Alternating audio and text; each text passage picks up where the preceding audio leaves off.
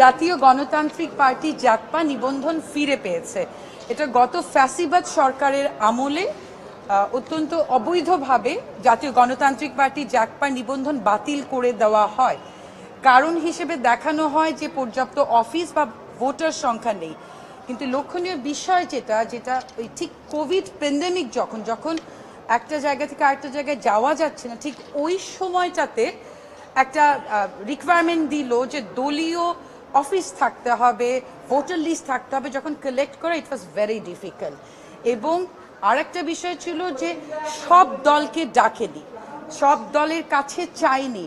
They picked and choose, which is clear violation of our right guaranteed under Article 27 of the Constitution of Bangladesh. তারা করেছে কি, কিছু কিছু দলকে ডেকে করেছে, তার মধ্যে একটা ছিল জাকপা। তো এর বিরুদ্ধে জাতীয় গণতান্ত্রিক পার্টি জাকপার পক্ষ থেকে আমি চেয়ারম্যান রিট ফাইল করি, রুল ইস্যু হয়। আজকে রুল হিয়ারিং শেষে আমরা রায় পেয়েছি যে আমাদের নিবন্ধন ফিরিয়ে, জাতীয় গণতান্ত্রিক পার্টি জাকপার নিবন্ধন ফিরিয়ে দিতে হবে।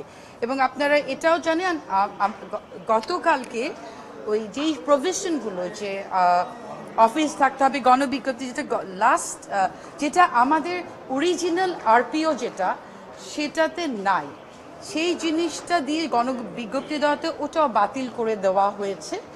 এবং আমরা অত্যন্ত আনন্দিত, আমরা ন্যায় বিচার পেয়েছি। এবং ভালো লাগছে যে রাজনৈতিক অধিকার যেটা আমাদের আর্টিকেল 38-এ আছে আমাদের কনস্টিটিউশনে, এবং আমাদের লেজিসলেচারদের যেটা ইন্টেনশন ছিল যে সব মানুষ রাজনীতি করবে, রাজনৈতিক মতাদর্শ প্রকাশ করবে, এটা আমরা আবার ফিরে পেয়েছি। জাতীয় গণতান্ত্রিক পার্টি জাকপা বাংলাদেশের অত্যন্ত প্রাচীনতম একটি দল, শফিউল আলম প্রধান এর প্রতিষ্ঠা করেছে। আমরা দীর্ঘদিন একটা কষ্ট নিয়ে বেঁচেছিলাম। আজকে আমরা, আমার প্রিয়, এটা আমার কাজের জায়গা, আমি রাজনৈতিক নেত্রী আলাদা পরিচয়, কিন্তু আমি একজন আইনজীবী, আমি সুপ্রিম কোর্টের একজন, supreme court is very close to my heart. আমি আমার রাজনীতি করার অধিকারটা আমার সবচেয়ে প্রিয় জায়গা থেকে ফেরত পেলাম, আমি অত্যন্ত খুশি। Thank you. এটা দিয়েছে বিচারপতি মোহাম্মদুল্লাহ এবং বিচারপতি ফায়েজ আহমেদ সাহেবের কোর্ট দিয়ে। আমাদের গ্রাউন্ড মূলত যে এর আগেও জাসদকে ফেরত দেওয়া হয়েছে মিস্টার জাস্টিস কামরুল কাদেরের, এবং আর একটা ম্যাডাম জাস্টিস নাইমা হায়দারের রায় আছে এবি পার্টির, খুব সম্ভবত, যে এই যে অফিস থাকতে হবে, ভোটার লিস্ট থাকতে হবে, এই বিষয়টা লিনিয়েন্ট ভিউ নিতে বলেছে। এটা, এই আইনটা একটা চেক অ্যান্ড ব্যালেন্স, বাট এটা এত স্ট্রিক্টলি ফলো করা আমাদের লেজিসলেচারদের ইন্টেনশন ছিল।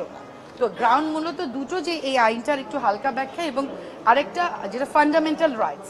সবাইকে তো চিঠি দেয়নি যে অফিস থাকতে হবে, বেছে বেছে কাউকে দিয়েছে, এই প্রসঙ্গে বাতিল করেছে, যেটা 27 আর্টিকেলের ভায়োলেশন। আরপি অনুযায়ী থাকতে হবে, এবং এক্স্যাক্টলি আমরা এই শর্ত পূরণ করে নিবন্ধন নিয়েছি।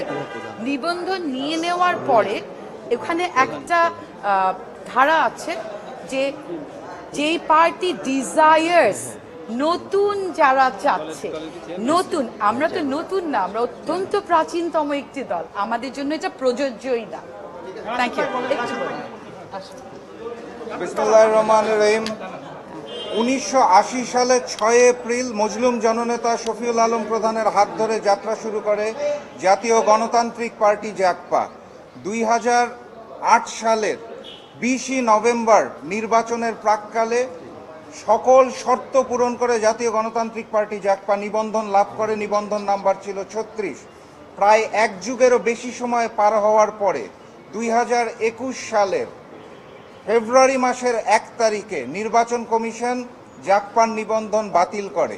কাগজে কলমে অফিসের হিসাব, ভোটার লিস্টের হিসাব যাই থাকুক, আমরা রাজনৈতিকভাবে বিশ্বাস করি জন্মলগ্ন থেকে জাকপা ভারতীয় আধিপত্যবাদ এবং আগ্রাসনের বিরুদ্ধে বক্তব্য রাখার কারণে রয়ের নির্দেশনায় ফ্যাসিস্ট শেখ হাসিনার পরিকল্পনায় সেদিন জাকপার নিবন্ধন বাতিল করা হয়েছিল। আজকে আমরা অত্যন্ত আনন্দিত যে আমরা আমাদের নিবন্ধন ফিরে পেয়েছি। আমরা শ্রদ্ধাভরে স্মরণ করছি জুলাই গণ অভ্যুত্থানে যারা জীবন দিয়েছেন, যেই সকল রাজনৈতিক দল রাজপথে ছিল, এবং যেই কারণে আমরা নতুন বাংলাদেশ ফেরত পেয়েছি। এই ভারতীয় আগ্রাসন এবং আধিপত্যহীন বাংলাদেশে ফ্যাসিস্ট হাসিনা বিরোধী বাংলাদেশে আমরা আমাদের রাজনৈতিক অধিকার ফিরে পেয়েছি। আমরা সবাইকে ধন্যবাদ জানাই এবং শ্রদ্ধা ভরে নিহতদের স্মরণ করছি। সবাইকে ধন্যবাদ।